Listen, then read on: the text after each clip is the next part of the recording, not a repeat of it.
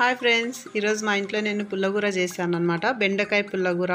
ఇది ఏ విధంగా చేయాలి ఏమనేది నేను షూట్ చేశాను. ఇది మీకు కూడా చూపిస్తున్నాను చూడండి. ఫస్ట్ ఆఫ్ ఆల్ బెండకాయలు క్లీన్గా కడుక్కొని పక్కన పెట్టుకోవాలి. చిన్న చిన్న పీసెస్గా కట్ చేసుకొని ఒక కడాయి పెట్టి దాంట్లో బెండకాయలు వేసి కొద్దిగా ఆయిల్ వేసి ఫ్రై చేసుకోవాలి. సిమ్లో పెట్టుకోవాలి. సిమ్లో పెట్టుకుంటే బాగా వేగుతాయి అన్నమాట. ఇది జిగురుగా ఉంటుంది కదా, అలా లేకుండా సిమ్లో పెట్టుకునేసి ఇలా వచ్చేదాకా వేయించుకోవాలి. తర్వాత ఒక కుక్కర్లో బెండకాయలు వేసి పచ్చిమిర్చి, ఉప్పు, పసుపు, చింతపండు, టమోటాలు, తెల్లగడ్డలు, ఎర్రగడ్డలు ఇవన్నీ వేసి కుక్కర్ పక్కన పెట్టుకొని ఇందులోకి ఒక పౌడర్ రెడీ చేసుకుందాం. ఇదే మెయిన్ ఆ కర్రీలో పౌడర్ ఇంపార్టెంట్ అన్నమాట. 2 స్పూన్స్ జీలకర్ర, 2 స్పూన్స్ ఆవాలు, కొద్దిగా అంత మెంతులు,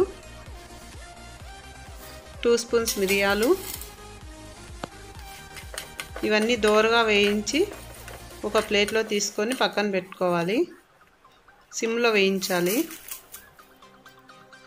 తర్వాత ఇదే బాణలిలో వట్టి కరివేపాకు అంటే ఎండిపోయిన కరివేపాకుని తీసుకొని లైట్గా ఫ్రై చేసుకోవాలన్నమాట. అది ఇట్లా నలిపితే నలగాలి, అప్పుడే అది బాగా ఫ్రై అయినట్టు. ఇందాక తీసుకున్న ప్లేట్లో తీసుకున్నాం కదా వేయించినవి, దాంట్లో వేసి ఇది పౌడర్ చేసుకోవాలి. ఇలా వస్తుంది అన్నమాట పౌడరు. ఇప్పుడు ఇందాక అన్నీ వేసుకున్న కుక్కర్ తీసుకుని అందులో ఈ పౌడర్ 1 స్పూన్ వేయాలి, అంతే, ఎక్కువ వేసుకోకూడదు. ఇదే కర్రీకి మంచి టేస్ట్. ఇప్పుడు 250 ml వాటర్ వేసుకోవాలి. మూత పెట్టేసి 4 విజిల్స్ వచ్చేదాకా ఉండాలి. తర్వాత ఇందాక మిగిలిన పౌడర్ ఒక డబ్బాలో స్టోర్ చేసుకొని పెట్టుకోండి. ఇప్పుడు ఉడికింది చూడండి. ఇప్పుడు ఈ వాటర్ కొంచెం వంపేసేయాలి. వంపేసి పచ్చిమిర్చి కూడా 2 పక్కన పెట్టుకోవాలి. ఎందుకంటే కారం ఎక్కువ అవుతుందేమో అనేసి నేను తీసేస్తున్నాను. ఒకవేళ సరిపోకపోతే మళ్ళీ అవి వేసి మళ్ళీ ఇట్లా నలుపుకోవచ్చు. నలిపేసిన తర్వాత వంచేసినాం కదా, ఆ వాటర్ కూడా ఇందులోనే వేసేయాలి. వేసేసి పోపు పెట్టేకి ఒక బాండ్లీ పెట్టుకొని అందులో ఆయిల్ వేసుకొని కాగిన తర్వాత ఆవాలు, జీలకర్ర,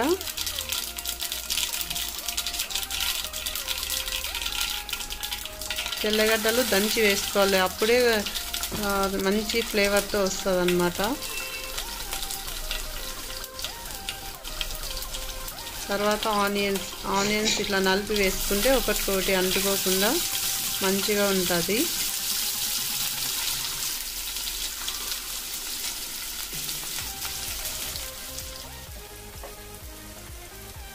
తర్వాత కొంచెం కరివేపాకు వేసుకోండి. 2 వట్టిమిరపకాయలు తుంచేస్తున్నాను. ఇది బాగా గోల్డెన్ బ్రౌన్ కలర్ వచ్చే వరకు వేయించి కర్రీలో వేసేసేయాలన్నమాట. ఇలా రావాలి.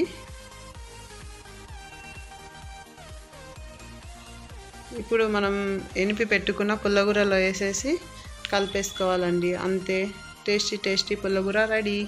మీరు కూడా ట్రై చేయండి.